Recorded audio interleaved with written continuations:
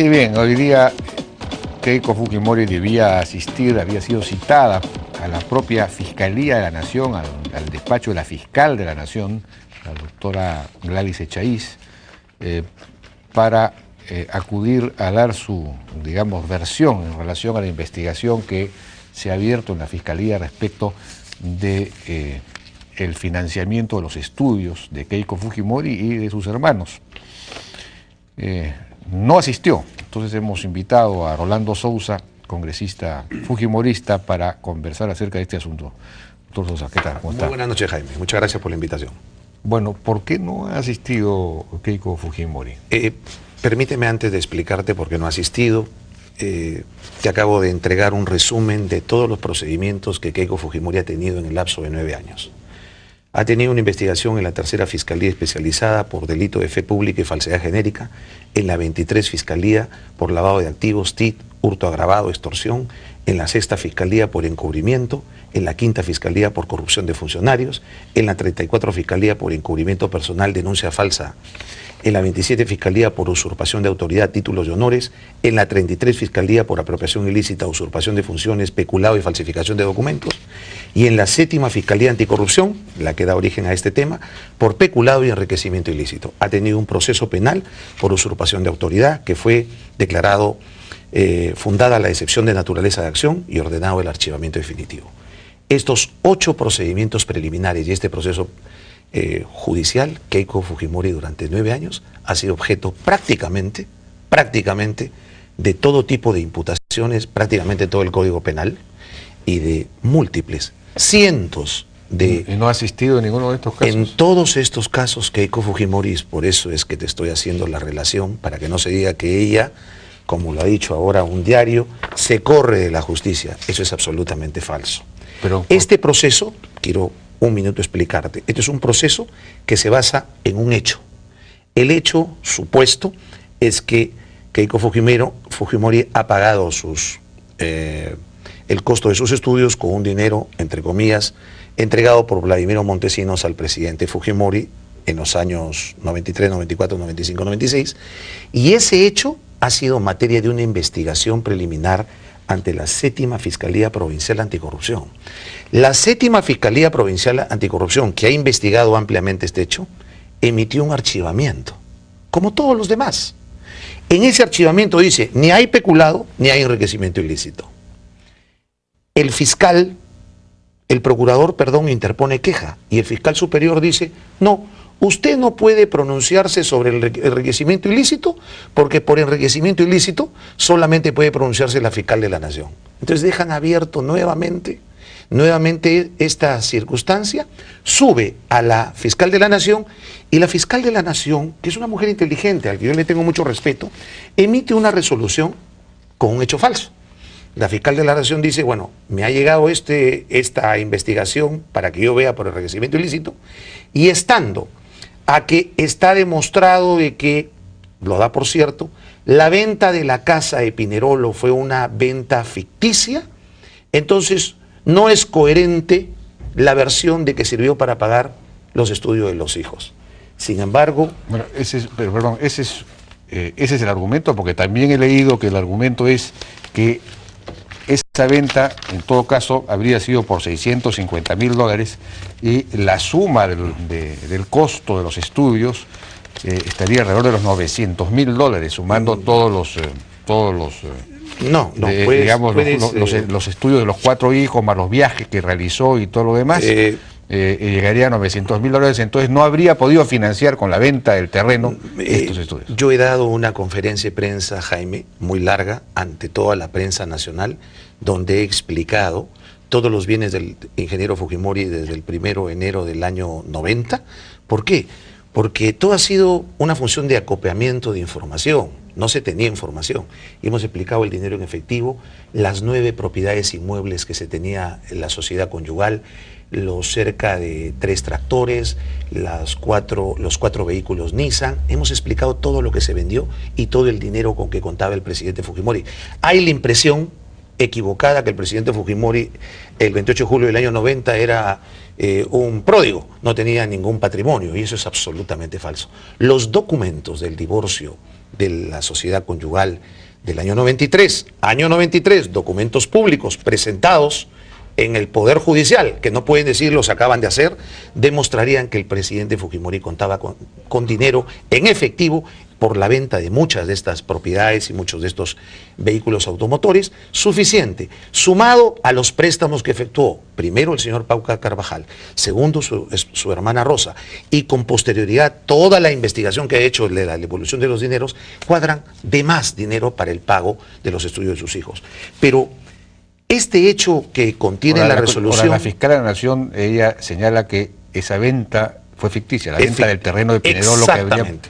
Lo dice, lo cual se presume que los estudios del hijo presidente han sido pagados con dinero del Estado porque ha sido fraguada por el presidente con complicidad para poder justificar a futuro el pago de los estudios de sus hijos. Esto es este año. Sin embargo, la Corte Suprema, Jaime, porque una cosa es el proceso contra el presidente Fujimori y otra cosa es el proceso que duró 7 años contra quienes compraron la casa. A ellos también se separó eso y se les involucró en un proceso judicial por falsedad, cohecho, etcétera, etcétera.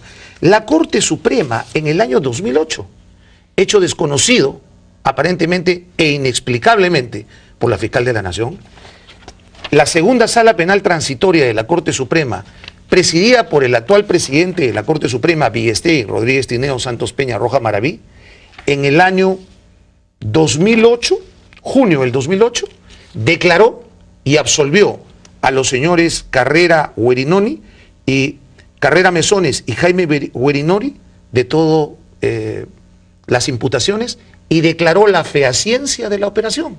Entonces, ¿cómo puede ser posible que una resolución de una fiscal de la Nación se aperture en base al indicio de la venta supuestamente falsa que el Poder Judicial, la Corte Suprema, durante 7 años un proceso, ha dicho que la venta es real? Si esto es así, ¿por qué no fue Keiko Fujimori a decirle esto a la fiscal de la Nación? Señora, está usted equivocada. Permíteme, se le ha presentado por el estudio que representa a Keiko Fujimori un escrito a la doctora Gladys Echaíz en donde se pide la nulidad de la investigación y el archivo de la investigación correspondiente. No solo argumentando esto, Jaime, argumentando algo que es fundamental y que me vas a entender en un minuto. La investigación es por complicidad en enriquecimiento ilícito. Quiere decir que si Keiko estudió del 93 al 97, Keiko fue cómplice de su padre, entre comillas, entre el año 90, 91 y 92. Ayudó a su padre a apropiarse ilícitamente de bienes, complicidad en enriquecimiento ilícito. Antes, el cómplice se actúa antes de la comisión del delito, tú lo sabes, ABC del derecho. ¿Qué edad tenía Keiko en el 90? ¿Qué edad tenía Keiko en el 91 y en el 92? Pero antes no tiene por qué ser 3 años antes, puede ser un día antes. Pero o claro, una semana antes. Del 93 al 97, ella estudió. Entonces, en el 90, 91, 93 tenía 14, 15, 16 años. ¿Y sus hermanos? Peor aún. Entonces, bueno, ¿cómo puede haber...? Eso fue 3 años antes de que estudiara, pero digamos... Claro, pero acuérdate...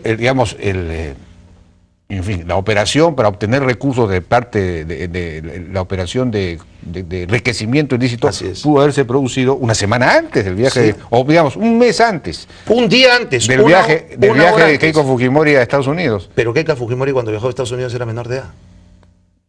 Así ya tenía 17 años, pues, Jaime. Entonces, no le hace sentido. Es más, si te pones a pensar en lo siguiente... O de repente pudo haber financiado con sus recursos la primera parte, pero ya la segunda parte, cuando era mayor de edad, no. Pero No. eres cómplice de enriquecimiento ilícito de un autor inexistente. O sea, es el primer, esto para los anales de la historia peruana, es el primer caso donde se le puede investigar a una persona por cómplice de enriquecimiento ilícito de un autor que no existe. ¿Por qué no ¿Y existe? por qué no existe? Porque el Estado peruano renunció a remitir a Chile el expediente de enriquecimiento ilícito. El presidente Fujimori nunca ha sido procesado por enriquecimiento ilícito. Por lo tanto, él goza del principio de inocencia. Y por lo tanto no hay autor. Y si no hay autor unido a todos estos temas, que encima lo vea la fiscal de la Nación, que no tiene competencia, Jaime, porque Keiko Fujimori en esa época, ahora sí, no era funcionario público, acuérdate. Ni siquiera cuando era primera dama de la Nación, la primera dama de la Nación era establecida por la ley como funcionario público. Todo esto ha llevado a que se presente este escrito. No es que Keiko está rehuyendo como pone ahora un diario distraído del humanismo. No, al contrario, se ha presentado este escrito, la fiscal de la Nación resolverá el escrito, tiene que resolverlo, y según eso Keiko decidirá si es que va o no finalmente. Pero lo que queda claro, Jaime, es que no se puede instrumentalizar a la Fiscalía de la Nación para que a través de una campaña de más de 100 números de la República, y tú lo sabes, Fujimori inventó venta de casa para justificar estudios, tantas veces Keiko, aumentan las dudas, 40 titulares, 40, y más de 100 números, el único periódico que está en este tema, porque son muy amigos pues de Alejandro Toledo, el único periódico, se dé en forma inmediata una investigación preliminar que no tiene ni pies ni cabeza. Yo creo que Gladys Echaíz es una mujer inteligente. La fiscal de la Nación, usted mismo está diciendo, si es una mujer inteligente, ¿cómo puede haber caído, digamos, haberse sometido a esa presión? Yo creo que, por ejemplo, ¿cómo podemos sustentar este tema? De ninguna manera. Creo que le ha faltado información, creo que puede haber una excesiva confianza en las personas que han manejado este tema, esto es evidente, esto es además una cosa juzgada, y no puede basarse una resolución de apertura de una investigación preliminar en un hecho falso. El hecho que una resolución se base en un hecho falso, ¿cómo se llama, Jaime? De acuerdo. Prevaricato. Bien, doctor Sousa, muchas gracias por su participación. Muchas gracias a usted. En la hora N. Fue Rolando Sousa, congresista de Alianza para el Futuro. Vamos a una pausa, regresamos ahora con Hugo Díaz, vicepresidente del Consejo Nacional de Educación, que acaba de publicar una propuestas de políticas de educación del Consejo Nacional de Educación, esto precisamente para los próximos candidatos a la presidencia. Regresamos.